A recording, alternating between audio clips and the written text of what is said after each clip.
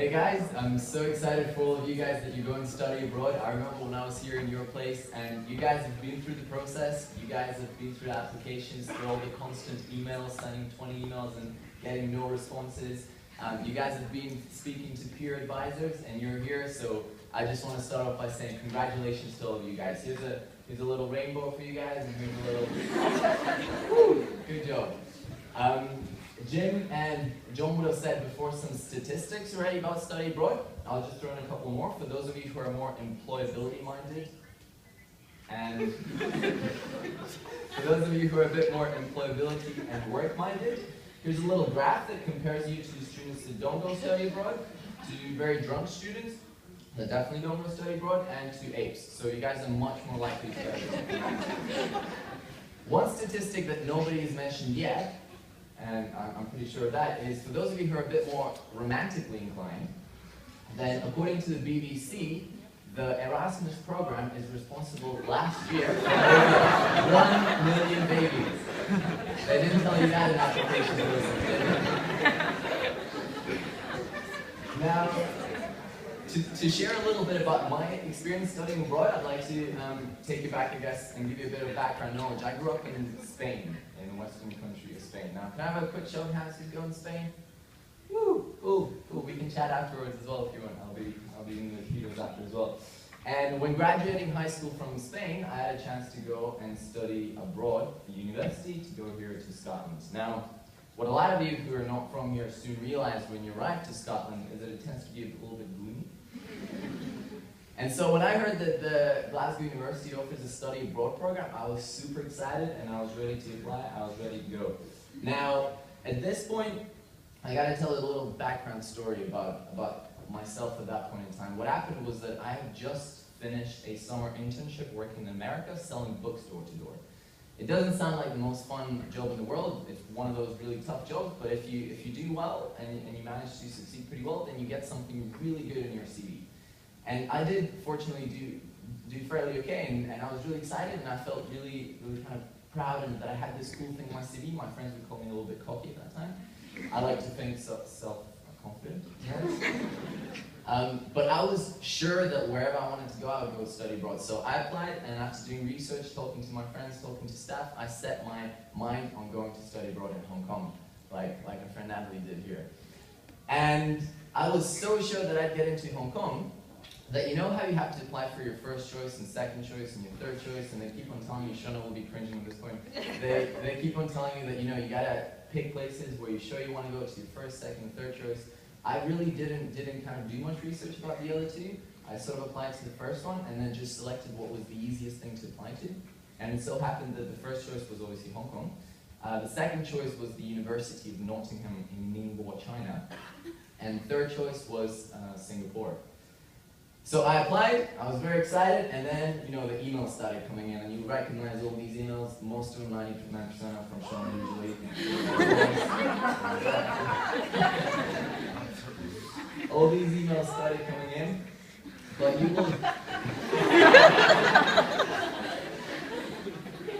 you will definitely remember the day that you received something like this, which said something like, congratulations, I'm being accepted for the study abroad program. And I was like, yes, because this is going to be my first day of the rest of my life, my first day of my dream come true, where I'm going to go study abroad in Hong Kong.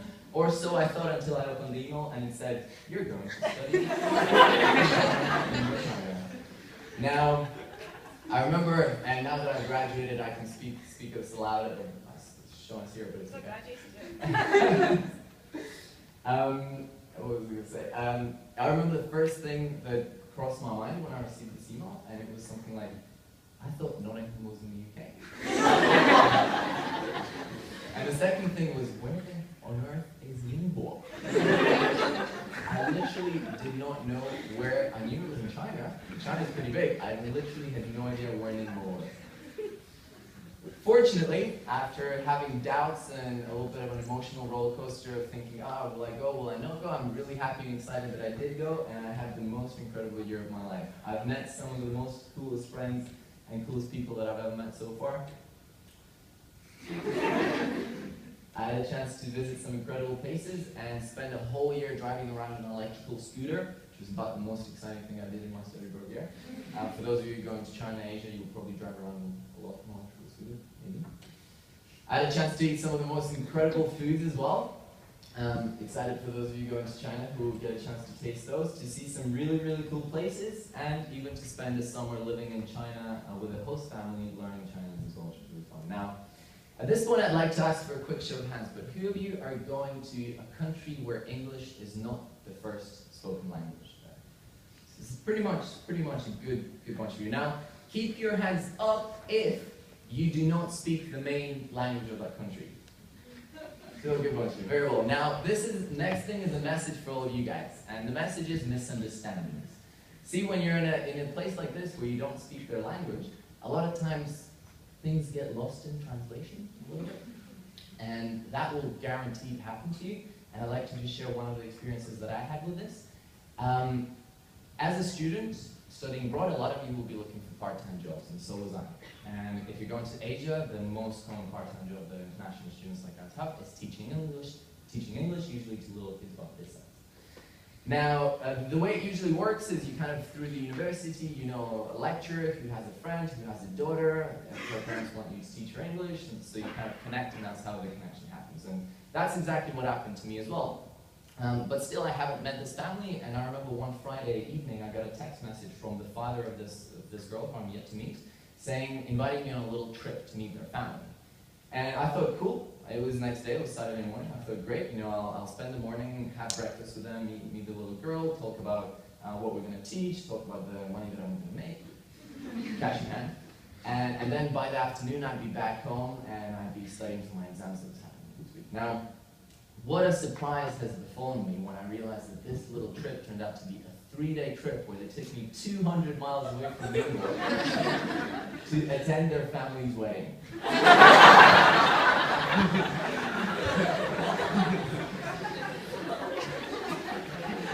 It was not my wedding, though. And it's obviously I thought I was going there for morning, so I didn't have my phone. By the time I returned after 3 days, my friends had already spoken to, not this university, luckily, but my university in China, saying that, hey, maybe Yaros was kidnapped. True story. But beyond that, there were so many exciting things we spoke, I had a chance to see and to do. We also spoke a little bit about insurances and doing stupid things. I did get beaten up at one point as well. There's a picture right there, which was very exciting. Total misunderstanding. Drunk guy thought I was hitting on his girlfriend. Totally didn't happen. No idea how it happened.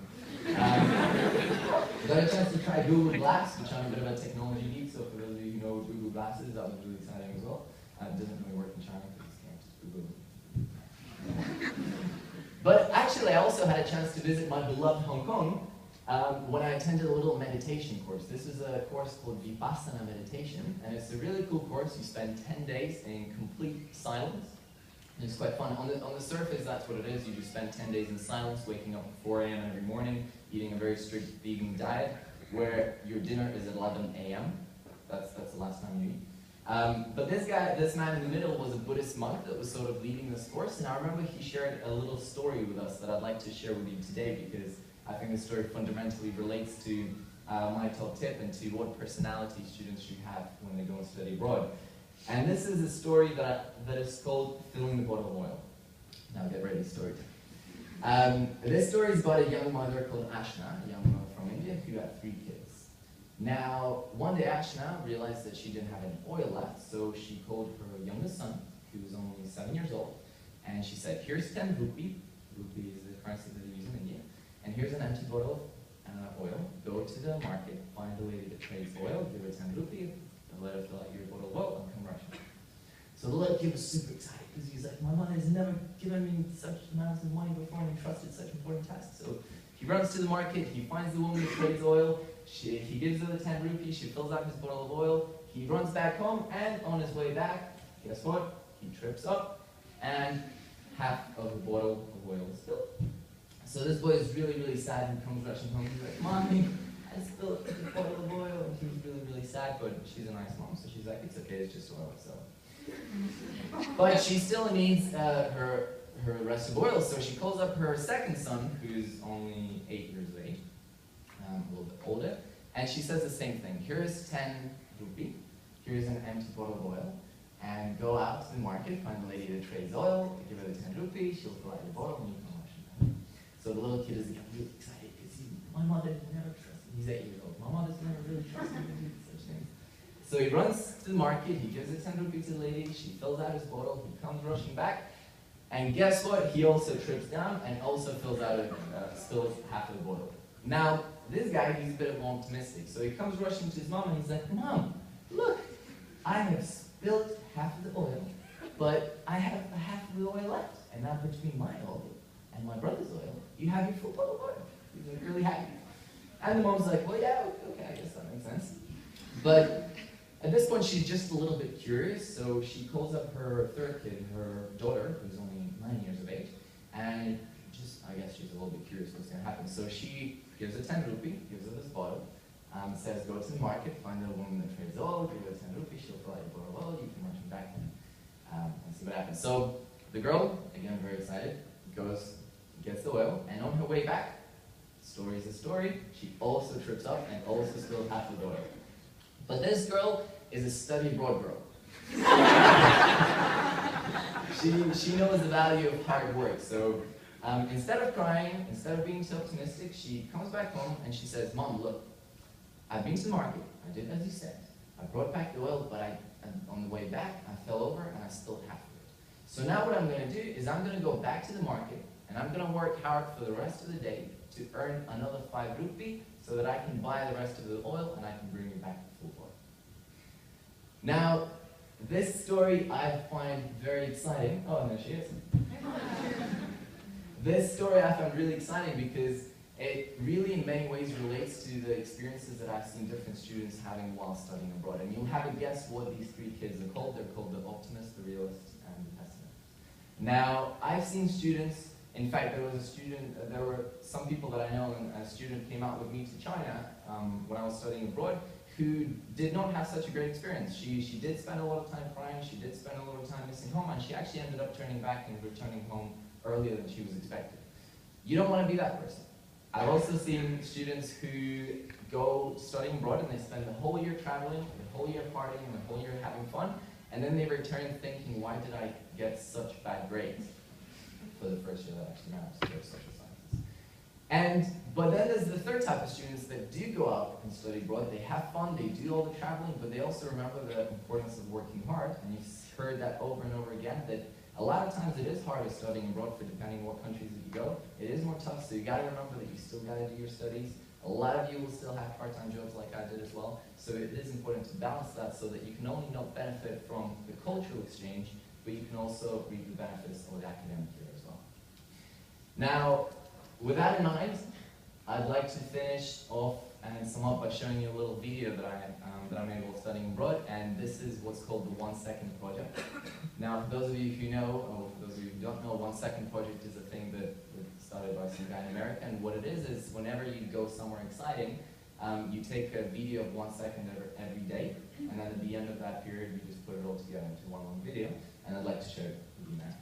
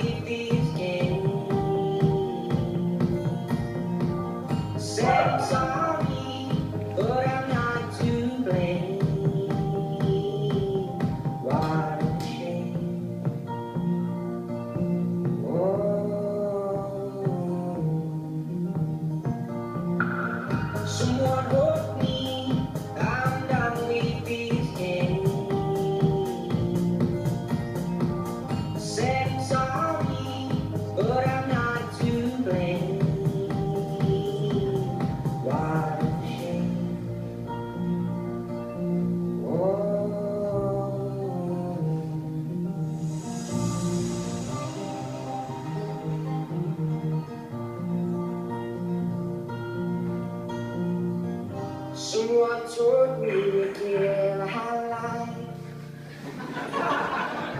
That mother I be was proud. Thank you very much, guys. I wish you an incredible time.